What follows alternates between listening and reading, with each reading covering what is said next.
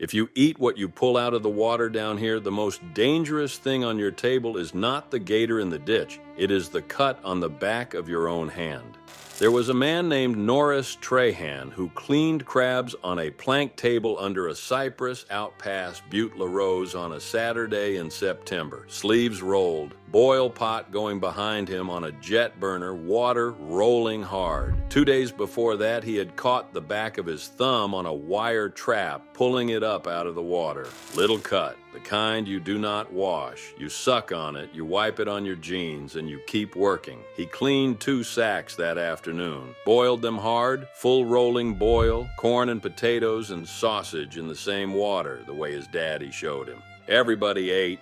Everybody went home happy. Nobody got sick off that food. Sunday, he ran a fever. Monday, his leg swelled dark from the ankle to the knee, and the skin over the shin went tight and shiny and started to blister. Tuesday morning, he was gone. He was 54 years old. Nothing in that pot killed him. The crabs were cooked through. The water was at a boil the whole time. Every single thing that man did with the food, he did right. That is what makes it a myth instead of a mistake. The myth says the pot is the safety. The myth says if it went in hot, you are square. And that myth has put more men in the ground in this state than every alligator in every ditch from here to the Gulf. You want to count the fatal gator attacks in Louisiana history, you can about do it on your 2 hands, and every one of them made the news for a week. The thing that got Norris Trahan gets somebody almost every warm season, and it does not make the news at all. Today, most people in this state buy their seafood in a bag with a barcode on it and think that is the same as knowing. It is not. If the truck stopped Tuesday and you had to feed your family off the water in your own backyard, could you do it and not bury somebody? Your grandfather could. He did it every summer of his life. By the time we are done here, you will be able to run a boil from the trap to the table and name every single place along that line where a man can get killed and know exactly what to do at each one. 7 pieces. 6 of them your granddaddy could have shown you in one afternoon at the camp. The 7th one is the one that killed Norris Trahan, and it is the one nobody teaches because it is not about the food at all. Before we get going, there is something I want to put in your hand. Everything I know about feeding a family off this water and this dirt, the boil, the boucherie, the pantry, the plants that heal, and the ones that hurt, it is all written down in one book. GooseShebert.com. Link is below. That is the last you will hear about it. All right, I am Gus Hebert, 7th generation in the Atchafalaya Basin. My people came down out of Nova Scotia in 1765 when the English put them on boats, and no Hebert has left this water since. My daddy died in the oil field out of Morgan City when I was 9, and my grandfather Alcide raised me from there. Everybody called him Pépère.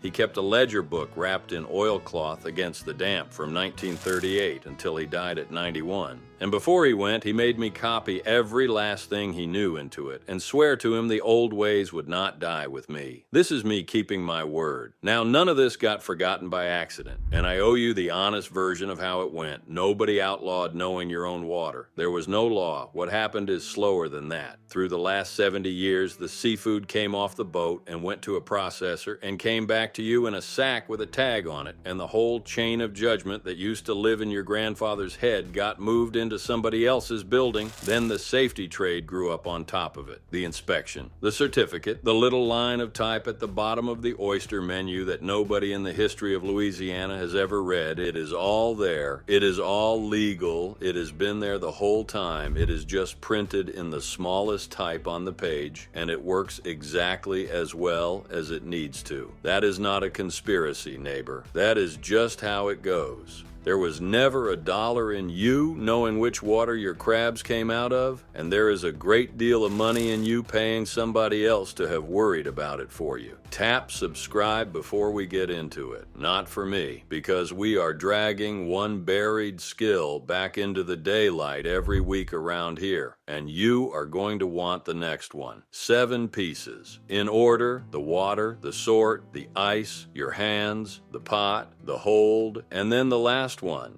Most people who boil every weekend of the summer are missing 3 of these and do not know it. So the question is not what we forgot. It is who got paid when we forgot it and how you take it back before next season. The first piece is the water, where it came from and when it came out. Before the sack, before the pot, before anything, there is a body of water and it has a temperature and it has a condition. Your grandfather did not think of it as food safety. He thought of it as knowing his own ditch. He knew which cuts went bad after a hard rain. He knew that the crabs out of one bay in August were not the same proposition as the crabs out of that same bay in February. He knew when the beds were closed because everybody knew. Here is what is actually happening in that water. There is an organism in warm, brackish water down here called Vibrio vulnificus. It is not filth. It is not pollution. It is a natural part of coastal water, and it has been there since long before your people got here. It multiplies when the water gets warm, which is why this is a May through October problem and not a Christmas problem. Shellfish filter that water all day long and concentrate what is in it. That is their whole job. The Centers for Disease Control and Prevention has this on the record in plain language. Vibrio bacteria live in coastal waters. They are most abundant in warm months, and most infections happen between May and October. The Louisiana Department of Health closes oyster harvest areas when the conditions call for it, and those closures are published. The Louisiana State University Ag Center and Louisiana Sea Grant put out handling guidance every year that says the same thing your grandfather knew by feel. So the rule: warm months, you are handling a different animal than in winter, and you act like it. Heavy rain, flooding, a storm surge that has just run through. You give it time before you pull anything out of that water to eat, and you check whether the bed is open before you go, not after you get home. Warm water, closed bed, muddy rain, check before you go. The failure mode here is the man who has fished the same cut for 30 years and does not check because he has never had a problem. 30 good years is not a method. It is 30 coin flips that came up your way. Do this today. Before your next trip, look up the harvest closures for the water you are going to. Louisiana Department of Health posts them. It takes you 90 seconds on your phone in the truck. That is the whole first piece. Now, the water can be perfect and you can still cook a sack that hurts somebody, which brings us to the sort. Piece 2 is the live sort, and this is where the arguments start at every boil in this state. Picture your grandmother out back with a sack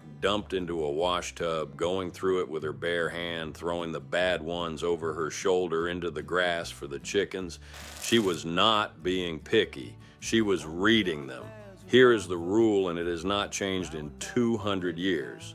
Live goes in the pot. Dead does not. A crawfish or a crab that died before it hit the water is already breaking down inside its own shell, and boiling it does not undo that. The heat will kill what is living in there. The heat will not remove what is already made. The old test, everybody down here knows, and half of them do not trust. After the boil, a crawfish that went in alive comes out with its tail curled up tight against its body. One that went in dead comes out with its tail hanging straight. That is not a superstition. That is muscle. A live tail contracts in the heat. A dead one has nothing left to contract with. So you can check your own work at the table after the fact and know what kind of sack you bought. Now the argument, the salt purge. Everybody's uncle swears you dump a box of salt in the tub and it cleans them out from the inside. The Louisiana State University Ag Center has tested this and put it in writing. Salt purging does not clean out the digestive tract. What it mostly does is kill some of your crawfish before they ever get to the pot, which means you are manufacturing exactly the thing you are trying to avoid. Rinse them in clean water until the water runs clear. That is the wash. The salt is a habit, not a method. Live goes in, dead goes out, straight tail, throw it away. The failure mode is the sack that has been sitting. You buy it, it feels heavy, it is quiet in there, and you figure they are just calm. They are not calm. Open the sack, put your hand in, stir it. You want to feel movement all through it, not just on top. The ones on top are always the last to go. Do this today. Next, boil. Sort the whole sack in a tub before a single one touches the pot, and after they are cooked, Look at your tails. If you find more than a few hanging straight, you know something about where you have been buying. Now the sack is clean and the sack is alive. What happens to it between there and the pot is where most of the killing gets done. Piece 3 is the ice, and I ruined a whole afternoon learning this one. I was 12. Pépère and I ran the traps early, had a good day, and we come in and stopped at a place off the highway to eat before we cleaned anything. Left 2 sacks in the bed of that truck in the sun in August for about an hour and a half.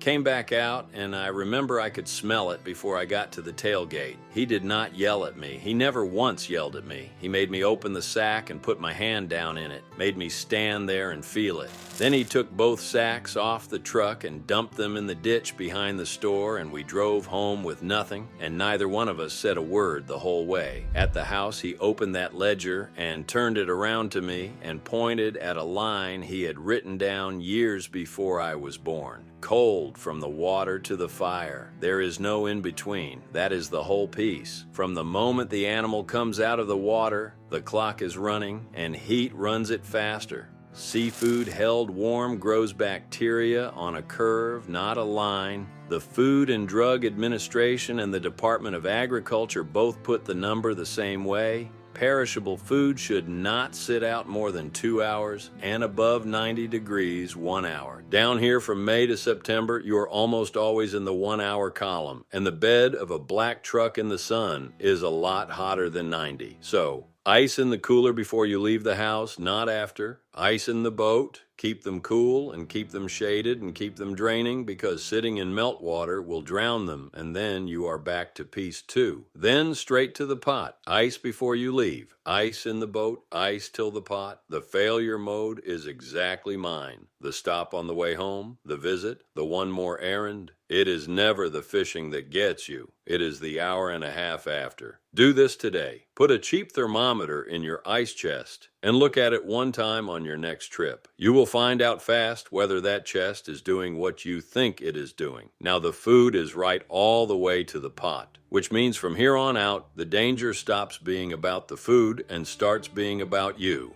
Piece 4 is your hands, and this is the one that got Norris Trahan. Your grandfather cleaned crab bare-handed his whole life, and so did his father. And I am not going to stand here and tell you they were fools. But they also had a thing you probably do not have, which is that they knew what happened to the men it happened to because they lived close enough to hear about it. Here is what is actually going on.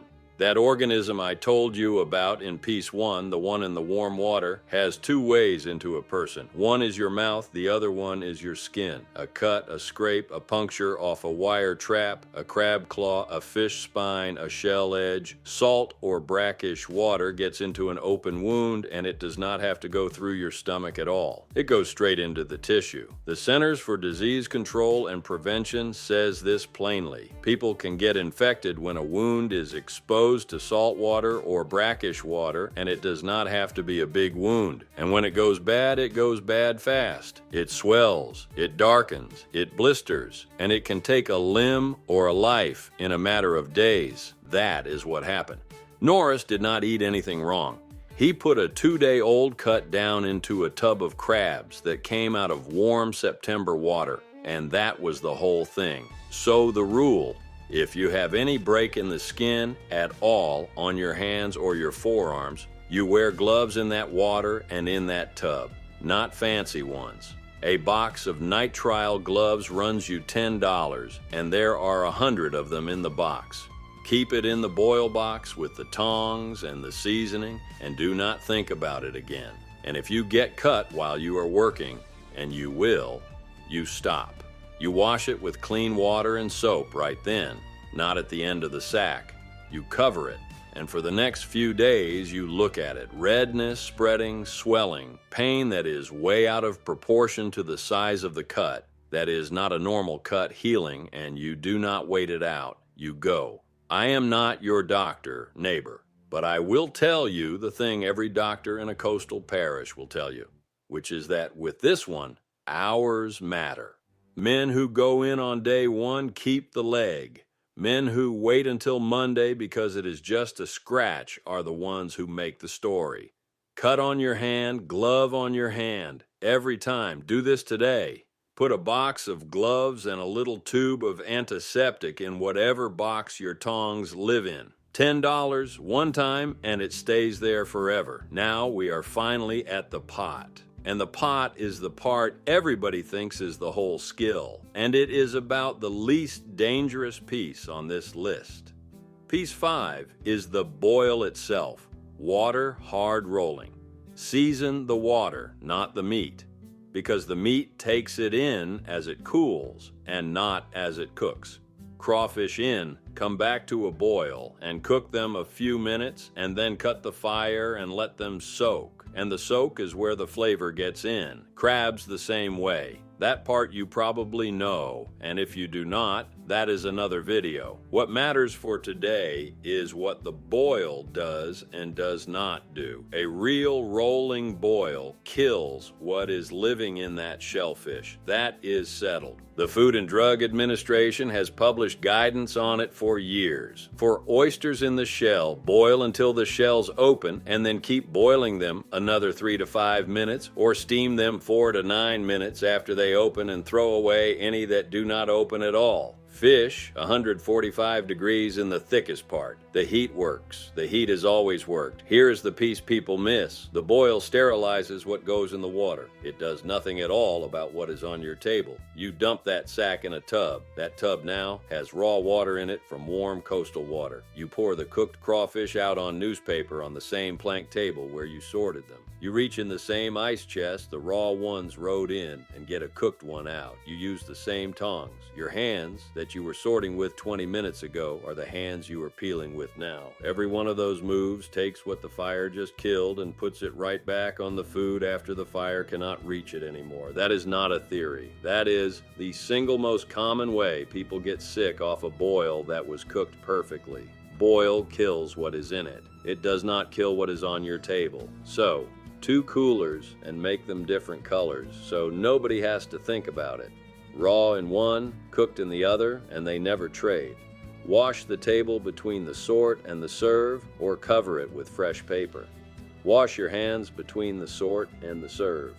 Separate tongs. The failure mode is the drainer basket. You pull that basket out of the pot full of beautiful cooked crawfish, and you set it down on the same table where the raw sack was sitting 15 minutes ago. Every one of those on the bottom just picked up whatever was there. Do this today. Buy a second ice chest at the hardware store, a different color from the one you have, and write raw on the lid in permanent marker. That is $30, and it fixes the whole problem forever. Now the food is cooked and it is on the table clean, and it is 101 degrees outside, and everybody is standing around drinking and talking, which is piece 6. Piece 6 is the hold. The boil comes out at 2 in the afternoon. People eat. People wander off. The table sits. Somebody comes back at 5 and picks at it. Somebody scoops the rest into a bag at 7 and puts it in the icebox and eats it Tuesday. That pile of food on the newspaper is the warmest, wettest, richest thing in the parish, and it is sitting outside in August air. Every hour it sits, it grows.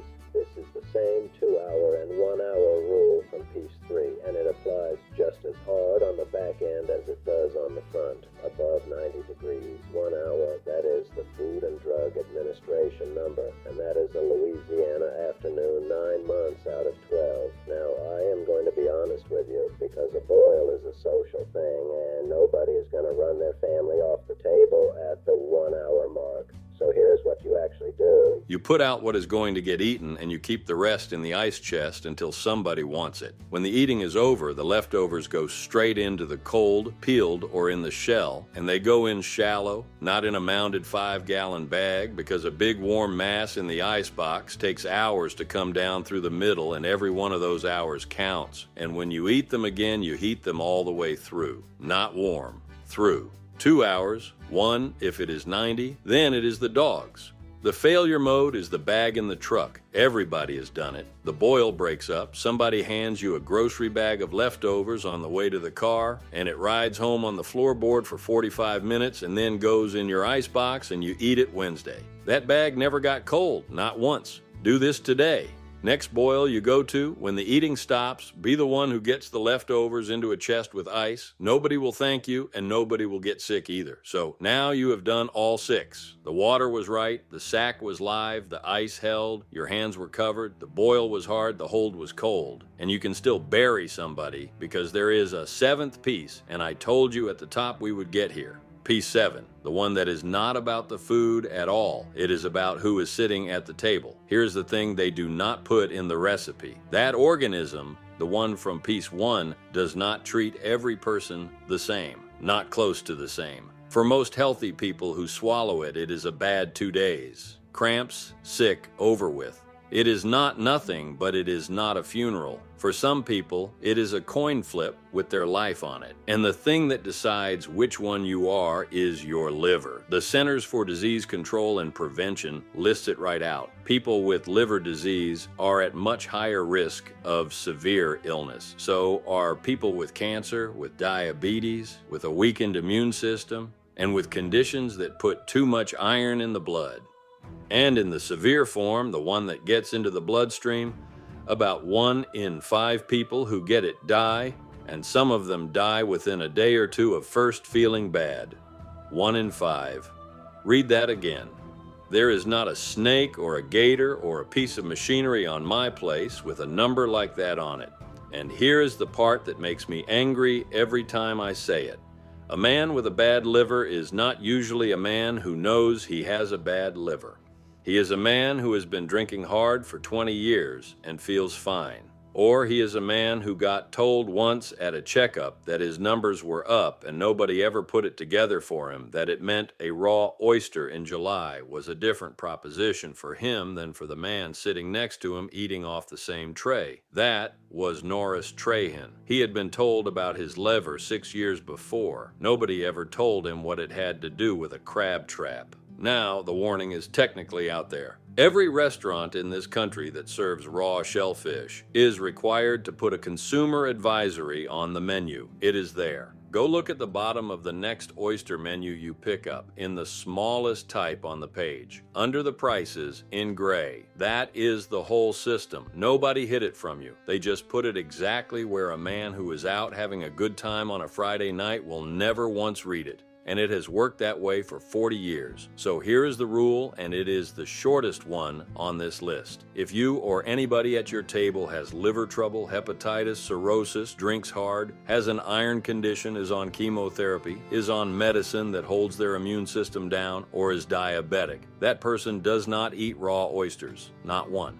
Not in the winter, not on a dare, not because they always have. Cooked, they are fine. Cooked, the heat handles it, and they can eat all night. Raw, it is a different thing entirely for them than it is for you. And that same person keeps their hands out of raw water when they have a cut on them and takes a red streak on their arm to a doctor the same day, not Monday. Bad liver, no raw oyster. Not once. Not one. Do this today. If you know somebody at your table who has any of that going on, tell them, not as a warning, as a fact. Most of them have never once been told because their doctor talked about their liver and never said the word oyster. And the menu said it in gray type, nobody reads. That is the 7. And I want you to see what the shape of it actually is because the pot is right in the middle and the pot is not the dangerous part. The water is upstream of the pot. Your hands are beside it. The table and the leftovers are downstream of it, and the man eating it is standing outside the whole thing. The fire only reaches one of those. That is why a man can do everything right in the kitchen and still not come home. Go back to Norris Trahan on that plank table under the cypress with his sleeves rolled up. He was not careless. He would have cooked circles around most people. He boiled that food harder than he needed to. He just did not know that the cut on his thumb was a door, and he did not know that his own liver had already decided what would happen if anything came through it. 2 things nobody had ever said to him in 54 years of eating off that water. Here is what you own now. You check the water before you go. You sort the sack and you throw out the dead. You keep it cold from the trap to the fire with nothing in between. You put a glove on a cut hand, you boil it hard, and then you keep the cooked and the raw apart like they are two different foods, because they are. You get the leftovers cold within the hour, and you know who at your table cannot eat it raw, and you tell them, and you do not let anybody talk them into it.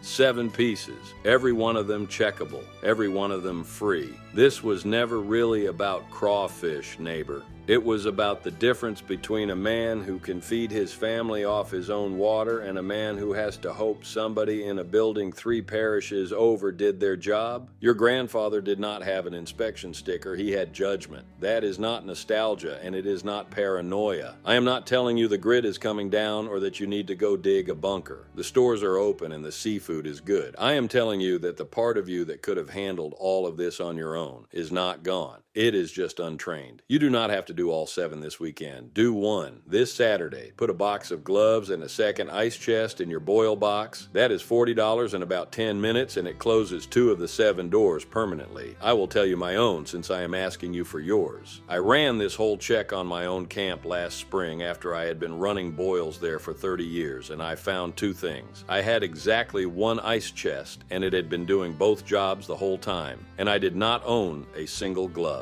30 years. So do not let anybody, including me, tell you they have got it all figured out. Tell me down below. Did your people boil? Did your grandmother sort a sack in a wash tub before it went in the pot? Did anybody ever teach you the straight tale, or is that the first you have heard of it? Every family down here does this a little different, and the story that gets the most replies is the one I go deep on next. If this was worth the half hour, hit the like on it. It puts it in front of somebody whose grandfather knew every bit of this and never got the chance to hand it down. And if you want the next one, subscribe, because we pull one of these back into the daylight every week. There is another one up on your screen right now. YouTube put it there. Go on and take it. It is the one about the 2-cent thing your great-grandmother kept in a tin over the stove that put a whole industry out of business, and the year they made sure you would never hear about it again. Keep the old ways, friend. Do not let them go under.